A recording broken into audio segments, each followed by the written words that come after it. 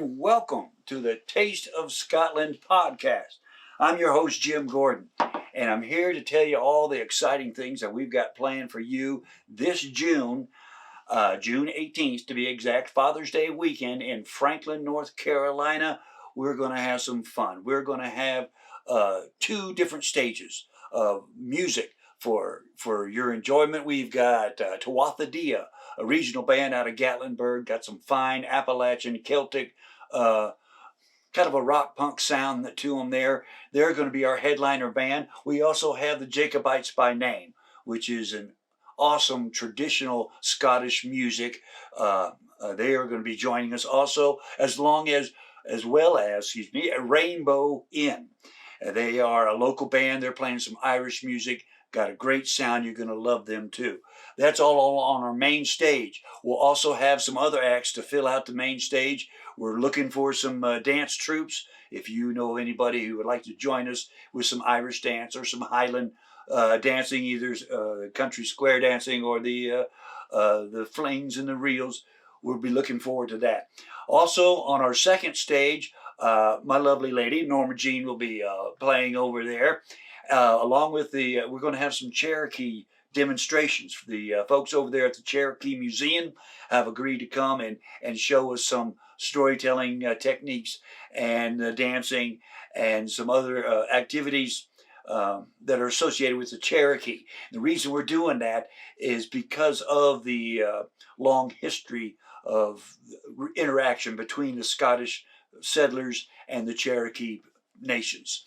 Also, we've got for you the Highland Games. That's what it's all about. We have registered athletes from around the Southeast. They're going to be coming to Franklin, North Carolina on June 18th, and they will be competing in the caber toss, in the sheaf toss, which is a burlap bag filled up with hay, I believe, or straw, and they stick a pitchfork in it and see how far they can toss it up in the air. It's fun to watch. Also, the dead weight toss and the shot put and the hammer throw, all the traditional Highland games we will have for you there in Franklin.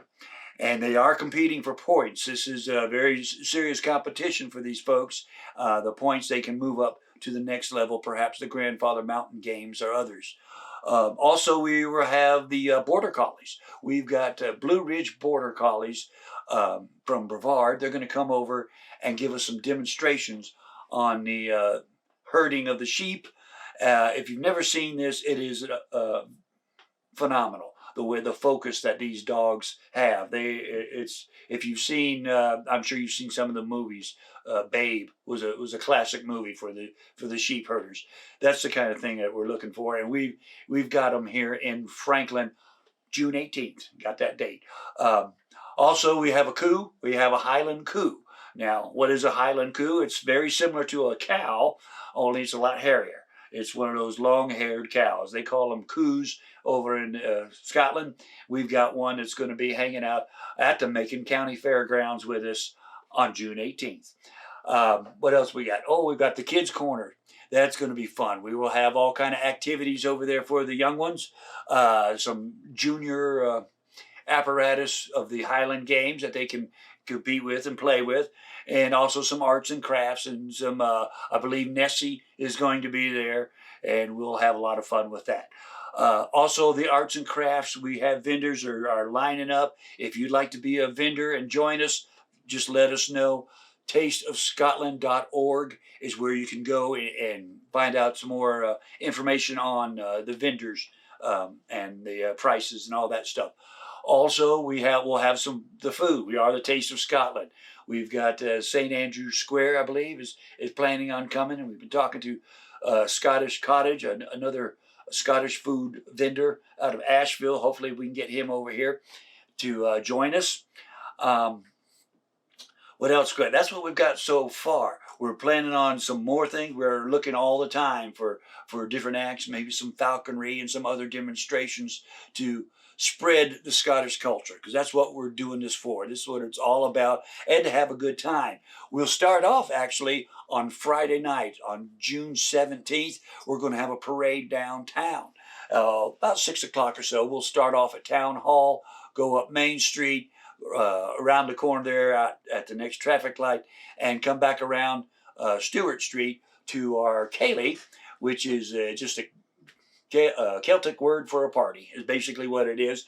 Rainbow's End. They're going to be running that for us, and anybody and everybody is invited to bring your instrument with you and join in and have some fun. We'll be at the Rathskellars there on Stewart Street in downtown Franklin. That is on Friday night. We've got the Pipes. I haven't mentioned those guys yet. The Pipe and Drum Corps. We're looking at the Highlands Pipe and Drum. We've been talking to Michael Waters. He's going to bring his group up. We've got a group of youngsters coming out of Charlotte. They're going to drive all the way over here and join us, hopefully on Saturday, and we'll be here to do some parading at the fairgrounds. We've been talking to the Grandfather Mountain Pipe and Drum Corps. They're a top-notch organization right there, and we can get them to join us. Also, we're going to have we've been talking to the ones that had come before, John Muir McIntosh Band out of Atlanta, I believe. They're going to be joining us, hopefully. Also, we haven't finalized that, but we'll have plenty of pipe music, plenty of Celtic music of all kinds, and we're really looking forward to all this. We would like you to be there. If you want to be a part of it, please look us up online there at tasteofscotland.org. We're looking for sponsors. We've got quite a few sponsors already lined up. We've got folks, both the city of Franklin and Macon County tourist development organizations are going to help sponsor us and help us out with it. We've got Four Seasons Landscaping is a very generous donation there from Rick. He'll be sponsoring us. We've got folks like Gem City Vacuum. I've got a list I'm going to read. Gem City Vacuum is already signed up to be a sponsor. Bryant Funeral Home. Also Franklin Glass, a very generous donation from Franklin Glass. Smoky Mountain Chrysler, as well as the Countryside Chevrolet dealerships. They're lined up to be our sponsors and helping us out. Silver Threads and Golden Needles. They're a little shop a sewing shop, I would assume, downtown Franklin. They're already signed up to help sponsor us. Dodge Packaging is also with us, and Highlander Roofing, just to name a few. If you'd like to join us, look us up, tasteofscotland.org. You can download the PDF there to get the sponsorship forms, the vendor forms, the food vendor forms, clan forms. We have the Rose Clan is already signed up, ready to come join us. We usually get Hay, Clan Hay, McLaren.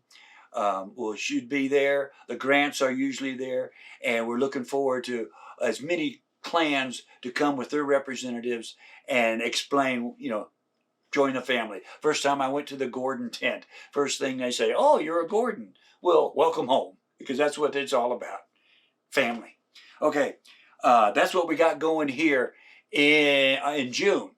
Real quickly, we've got a gathering. If you'd like to join us and become a part of the Taste of Scotland Society, we will be having a gathering on April 23rd at the Big Bear Pavilion there at the Greenway, just off the bridge, by the bridge there where the Greenway is by the river in downtown Franklin. Come check us out, join us. We'll have some music and some refreshments and do some tartan searches. If you like to do that, we can take your surname and see if it matches up or who it matches up, and you can find out what your tartan is, what your clan seal, what your clan motto, and all that fun stuff will be there. I think that's about all I got to say right now about that. What we're going to do right now, I do have another little story I want to tell you, but I'm going to save that for just a minute. Josh has some footage from a gathering that we had before, and he's going to play that for you so you get a good idea of what we do, what we're looking like, and what we're talking about, and we'll be right back. And earthly nurse sits and sings, and she sings by Lily Reed, and little can I, thy barren father, farthest the land where he dwells in.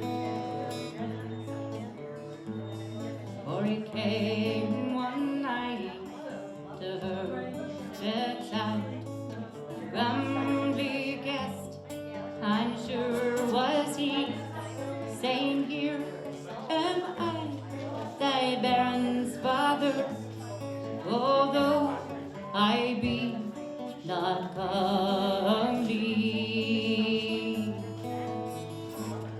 I am a man upon the land, and I am a silky on the sea, and when I'm far, far frae land, my home it is in Salisbury."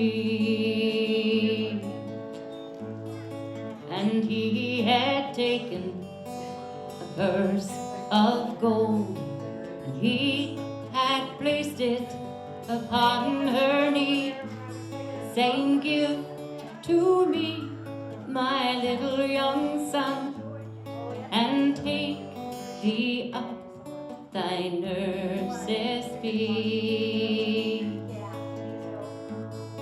And it shall pass on a summer's day, when the sun shines bright on Aries gate, I'll come to fetch my little young son, and teach him how to swim the Thame. And he shall marry a gunner good, and a right fine gunner I'm sure he'll be, and the very first shot that e'er he shoots will kill both my young son and me. An earthly nurse sits and sings, and she sings by Lily Wee, and little can I, thy baron's father, far less the land where he dwells in.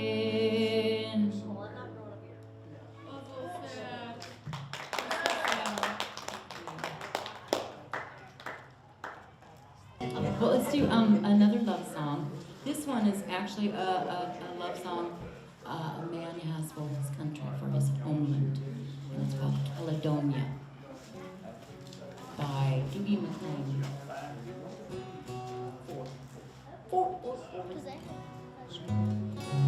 How are we gonna get it? Don't usually use a big.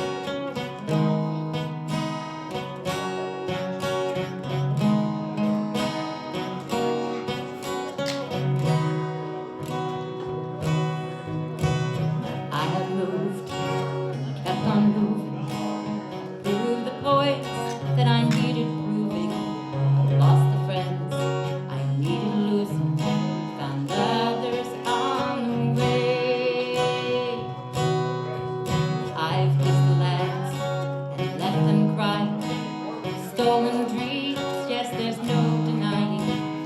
Travel hard, conscience flying, somewhere in the wind. So let me tell you that I love you, that I think about you all the time.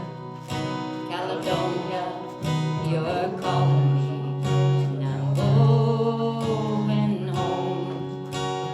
If I shall become a stranger, know that it would make me more than sad.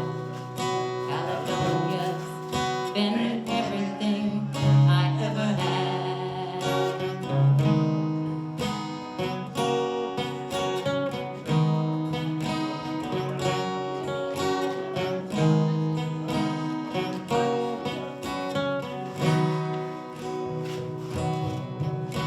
I'm sitting here for the fire, empty room, a forest choir, flames of gold don't get any higher, embers fade away, but I'm steady thinking my way is clear.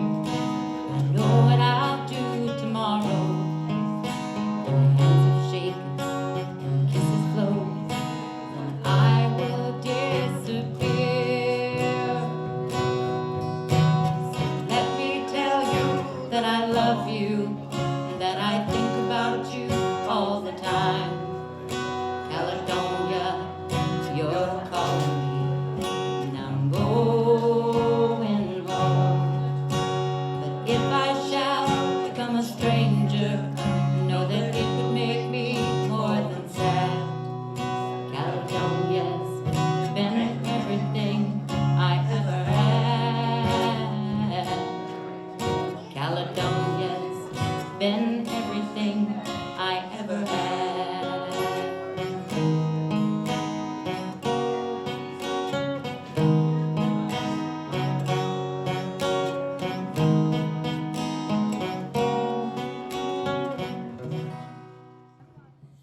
You're back. Welcome back. I hope you enjoyed that.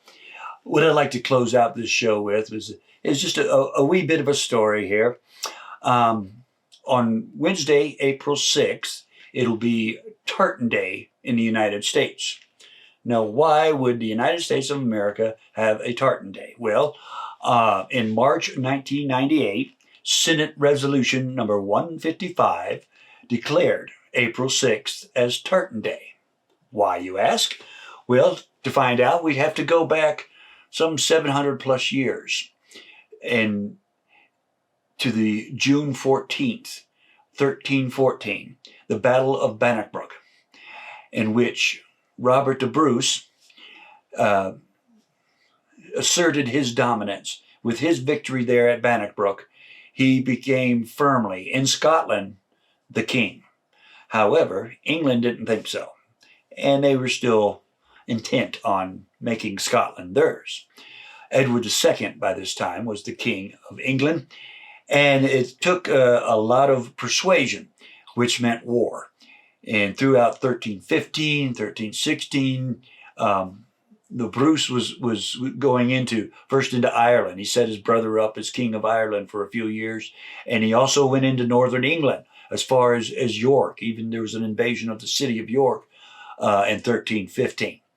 Now this all caused Edward II to pause a bit, and he agreed to a ceasefire, a truce for 2 years, from 1319 to 1321.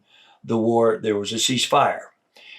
Robert the Bruce took this time to go to the Abbot of Arbroath in Scotland, and he had a document written up known as the Declaration of Arbroath. Now, this declaration was penned by the abbot there in Arbroath, a fellow named Bernard de Lytton. Now, Bernard was also the Chancellor of Scotland, and an interesting side note, was the keeper of the sacred relics, which included the scepter and the crown, the sword, and also a wooden box that dated back to the 7th century and was supposed to have held some of the remains of Columba, Saint Columba, who was a Irish missionary who came to convert all the Picts of Scotland. And it was also at a time of the nation of Dalriada. Now, Dalriada was an Irish folks, Celts, that Gaulish they were, came to Scotland and Argyll and some of the western lands of Scotland and set up this nation of Dalriada. The mythology holds that the Scots were descendants of Scotia, who was an Egyptian princess, the daughter of Nefertiti, actually. And because of religious strife, a change of regime in Egypt, way back when, she escaped and first landed on the Iberian coast, the Atlantic coast of Iberia, where there were Celtic people there. And she had supposedly had special powers, and she was kind of mystical and mythical. And she went from there with the Celtic folks up to Ireland first, and brought with her some magical artifacts, including the Stone of Destiny, which made its way to through Dalriada to Scotland and became the seat, the throne where Scottish kings were anointed for centuries. Now, that is how the Scots got their name, and that whole mythology is a part of the Declaration of Arbroath. What Robert the Bruce was trying to do was to legitimize his kingship and the country of Scotland.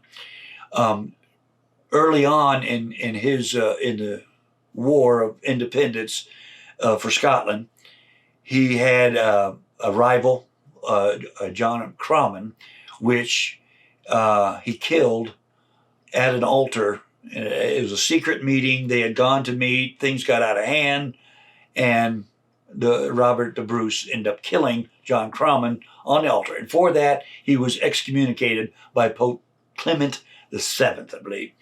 And this was a black mark that he had to change in order for Scotland to gain legitimacy.